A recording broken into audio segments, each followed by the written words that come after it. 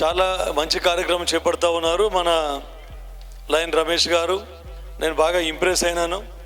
ఎందుకంటే చారిటీ అంటే ఈరోజు సొసైటీకి చారిటీ చాలా అవసరం. ఎప్పుడూ ఆలోచిస్తూ ఉంటాను నేను మీ ఆర్గానిక్ ఫార్మింగ్ గురించి. Really I appreciate you for this organic farming. నేను మీరు అన్నప్పుడే నేను ఒకటి అనుకున్నాను. నేను హెల్త్ రంగంలో కానీ ఎడ్యుకేషన్లో ఎట్లాగో ఈరోజు మీరు స్కూల్స్ని అడాప్షన్ తీసుకొని వారికి కావలసిన సామాగ్రిని మీరు అందిస్తూ ఉన్నారు. దానికి ఎల్లప్పుడూ మా సహాయ సహకారాలు ఉంటాయని చెప్పేసి మీకు అందరికీ చెప్తా ఉన్నాను సభాముఖంగా.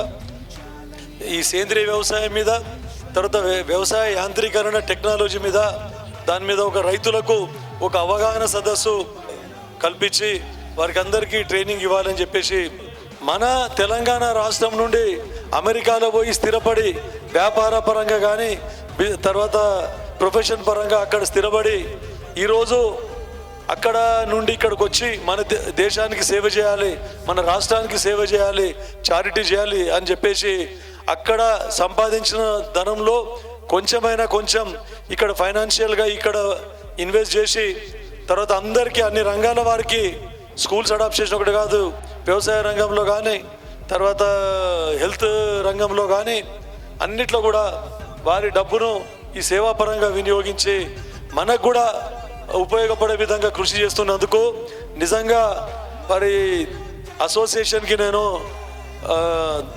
అభినందిస్తా ఉన్నాను ఈ సభాముఖంగా. అందరికీ నివాసమే